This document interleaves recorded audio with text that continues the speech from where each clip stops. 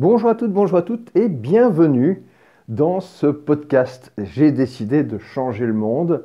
Mon nom est Serge Broctor, je suis CEO de MyNoumi et j'ai décidé de changer le monde.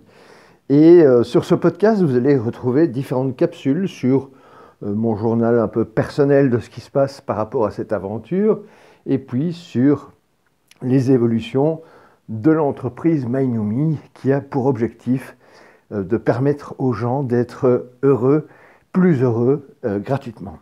Alors, le titre de l'épisode, c'est « Peut-on sauver le monde ?» Alors petit, je voulais sauver le monde. Je voyais des injustices, etc. Et j'avais l'impression qu'il fallait que je sauve le monde, que c'était bien de le faire. Alors forcément, le problème, c'est que j'ai, pour sauver le monde, imaginé qu'il fallait résoudre les problèmes. J'avais été éduqué comme ça et je m'étais dit que c'était ce qu'il fallait faire. Et donc j'ai regardé les problèmes et j'ai vu qu'il y avait beaucoup de problèmes. Du coup, forcément, beaucoup de problèmes. Et donc, finalement, impossible de tous les résoudre. Et donc, je suis tombé un peu sur un problème, puisque je ne parvenais plus à assumer tous ces problèmes. Alors je suis retourné dans une vie, enfin je suis allé dans une vie un peu classique, où j'ai un peu abandonné l'idée de résoudre tous ces problèmes, et puis ça m'a repris à un moment donné. Il faut dire que j'avais passé énormément de temps à chercher des solutions, donc ça m'avait beaucoup inquiété, et à un moment donné, ça m'a repris, et j'ai suivi mon instinct. Dans ma vie, pour une fois, j'ai suivi mon instinct, j'ai tout quitté, j'ai tout donné et j'ai cherché un autre sens à ma vie. J'avais l'impression qu'il fallait que je découvre quelque chose qui m'était caché. Voilà, j'allais avoir une sorte de révélation de quelque chose à laquelle je ne m'étais pas encore intéressé et qui allait m'intéresser. Et en fait, ce qui s'est passé, c'est que j'ai découvert les mondes invisibles. C'était mon premier truc. Me confronter au monde invisible, pour moi, il n'existait pas. Et pourtant, j'ai découvert qu'il y avait bien des choses invisibles qui existaient. Tout plein, c'est même officiel, c'est les ondes radio, etc., etc.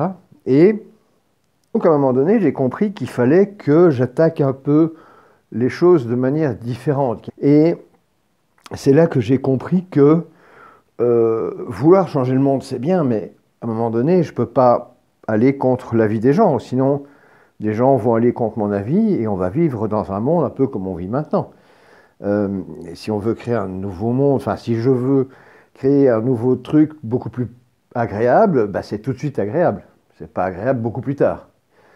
Donc, il fallait quelque chose qui soit tout de suite agréable. Et j'ai découvert que il fallait d'abord abandonner l'idée de sauver le monde. Il y a des gens qui ne veulent pas être sauvés. Ce ne serait ne pas les respecter que de les obliger à faire quelque chose. C'est un peu ce qu'on reproche actuellement, c'est qu'on nous oblige à faire des trucs qu'on ne veut pas. Donc ne faisons pas pareil.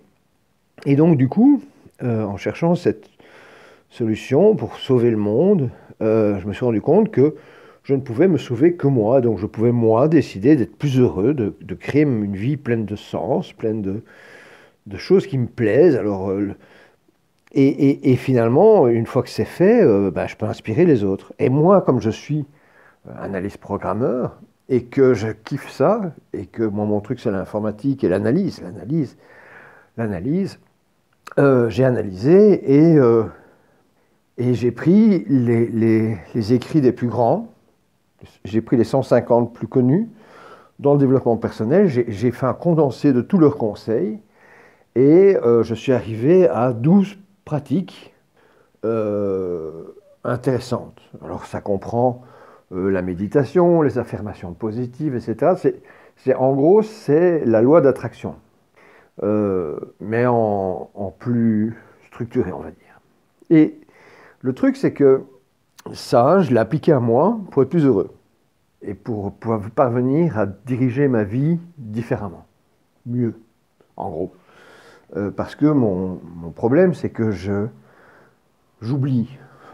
Notre corps est habitué à faire des choses toujours de manière répétitive. Et puis à un moment donné, quand on veut changer ça, eh ben, notre corps il fait comme avant.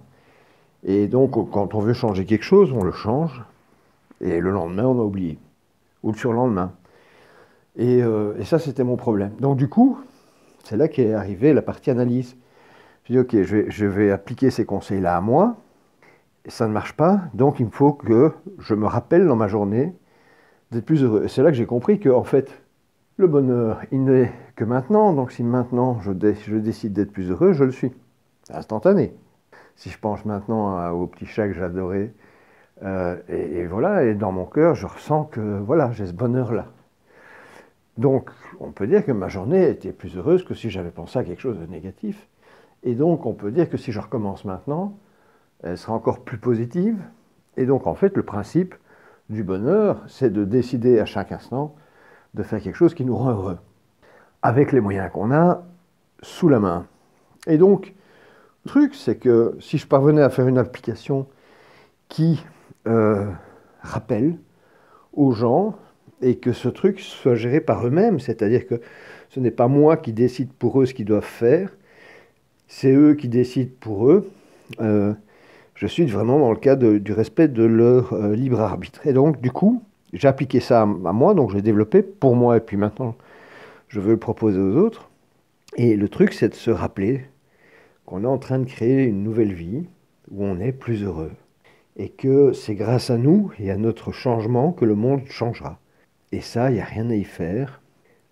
Et puis, la recette magique de tout ça, c'est que ça coûte rien d'être heureux. Rien du tout. Donc voilà. Être plus heureux, c'était ma solution pour, enfin, vous proposer d'être plus heureux et de le partager avec les autres, partager le concept avec les autres, et de vous aider d'y arriver, hein, et de le partager avec les autres. C'était ma solution pour changer ce monde, puisque c'est le titre de ce podcast. Hein. J'ai décidé de changer le monde, pour changer le monde, mais sans avoir tous les inconvénients de ce qu'on n'aime pas maintenant. Comme par exemple, on ne doit pas se battre contre quelque chose, il n'y a pas de guerre, il n'y a pas d'opposition, il n'y a pas de jugement. On ne regarde même pas ce qu'on n'aime pas. On s'attarde simplement sur ce qui nous rendrait plus heureux.